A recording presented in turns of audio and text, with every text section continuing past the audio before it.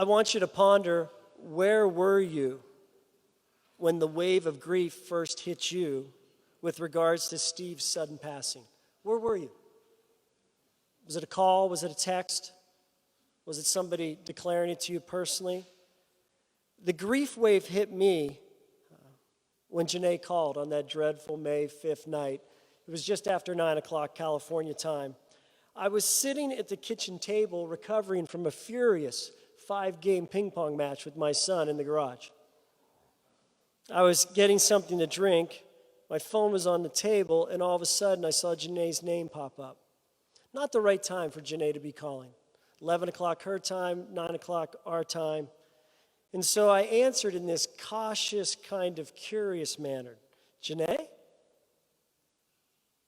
What I realize now that I didn't realize then is her words were straightforward. And this was done in order for her to get them out to me. I'd imagine afterwards she had said these words to many people. She said, Brian, then she paused. Steve had a heart attack tonight and died. That last part, I couldn't even accept in the moment. I knew she wasn't joking. She doesn't play like that. I wanted her to be. Our conversation lasted only 3 minutes because she had to go. She had a lot to deal with. And I was left just sitting there in shock. Within the next 2 hours after sobbing with my wife, and then going with her to another couple friend that was very dear to Steve and Janae, we decided to go to their house and tell them personally. After those 2 hours, I found myself back at our house standing in the kitchen. I was in shock and still in denial, and it was dark. And I decided I needed to text Steve. For I wanted so badly for it not to be true.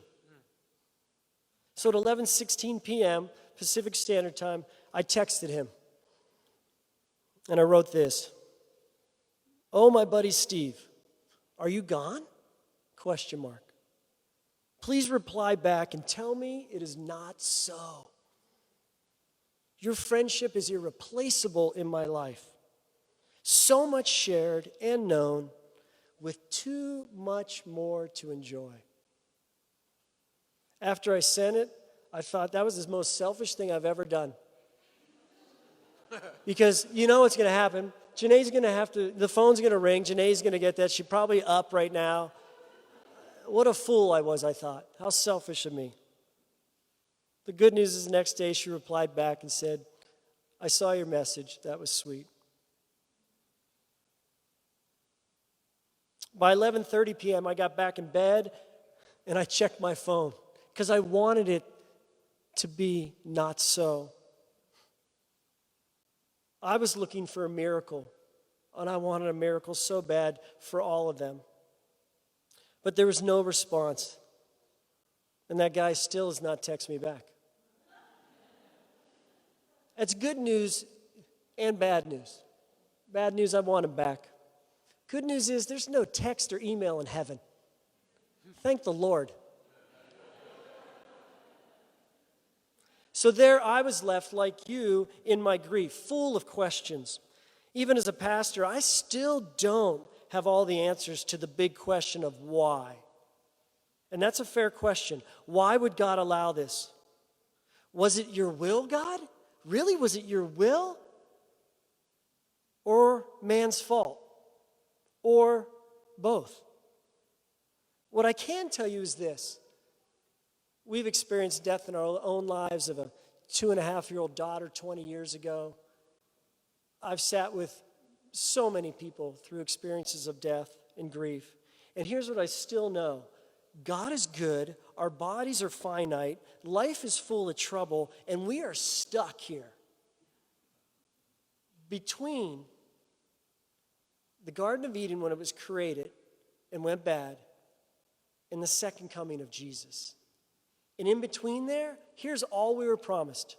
Trouble and his peace.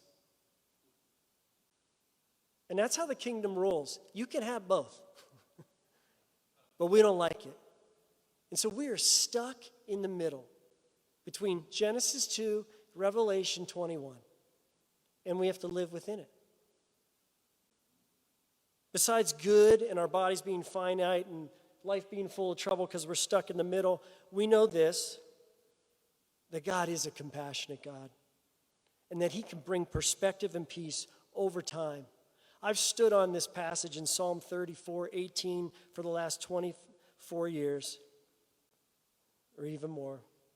The Lord is close to the brokenhearted. He will save those who are crushed in spirit.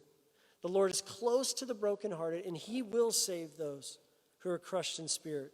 And then I think of scenes that are odd to me. Jesus at the death of Lazarus. He let him die, and then he wept? That's odd to me. He let him die, and he knew he'd raise him again? So it is with Steve. He let him die. I believe he wept like we wept, and Steve will raise again in the heavenly realm. It's complex, and it's mysterious, and we have to wrestle it. But do not forget that we have a good and compassionate God who provides peace in the midst of our troublesome times.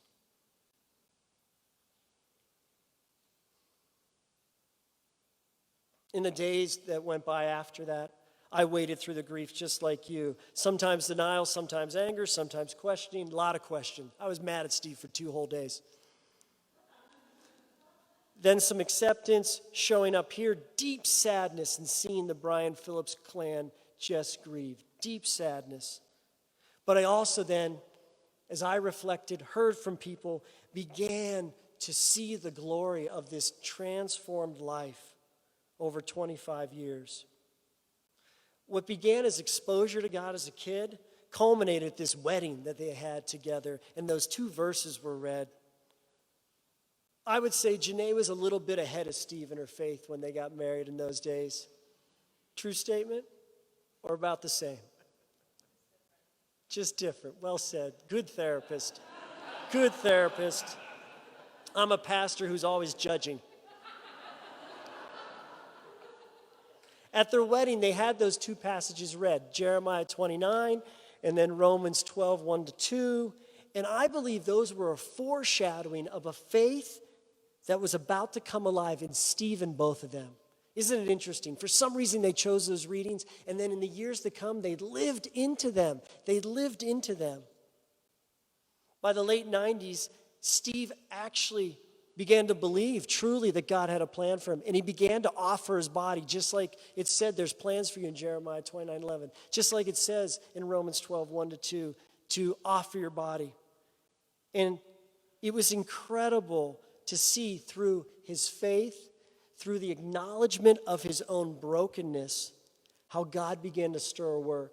And then Steve put himself in the right places, and that creation began to grow. He put himself under the Word of God. He accessed lots of therapy. He was in community, and this newness began to arise in him. I saw it before my very eyes. We meet in 96, and I saw this new creation developing in the late 90s. For in those times in the late 90s, it was there he began to find the compassionate and gracious God. It was there he began to find his own identity. It was there even early then for him understanding his identity. It was there he actually began to learn to feel. I can remember when Steve started to learn to feel. We'd be in the car going somewhere together, and I'd say something to him, and he'd pause, and he'd say something like, "You know, Brian, the way you say that to me kind of makes me uncomfortable, makes me feel angry." And my reaction is, where did you go? Who is this man? In our early years, he probably stuffed that or was sarcastic, but I watched this man begin to feel, and he taught me how to feel, and multitudes of men later on. In the early 2000s, not only was Steve becoming a new creation, so was Janae, and so was their marriage. This partnership became this potent combination with those especially who are in need of recovery. They were recycling their sufferings and acting as wounded healers by helping others break cycles, and they were ushering in generational renewal to families. It was beautiful to watch what they did and how God worked through them. This was done formally at times, in church settings, offices, and informally at this time. And it really spoke to that passage that was read in Corinthians about how God is this source of comfort, and then, based on the comfort we received, we pass it on to others. By 2007, I felt like they got their ultimate blessing in Kennedy. We called her Special K because it was so special, and we'd been waiting so long for her to arrive. She was such a gift to them. And at that point, Steve began to feel called out of architecture and to pursue helping people in a different way. In 2011, by faith, who does this in their 40s? By faith, they sell their house and they move to Austin to fund Steve's desire of his heart and God's calling to be a therapist. Frederick Buechner says this: the place where God calls you is the place where your great joy and the world's great need meets. Steve found that in Austin. By the grace of God and education through mentors, he became, really much too quickly to my surprise, a highly regarded therapist who was training others. I almost didn't believe it. I'm like, this guy's too new. He's too new to this.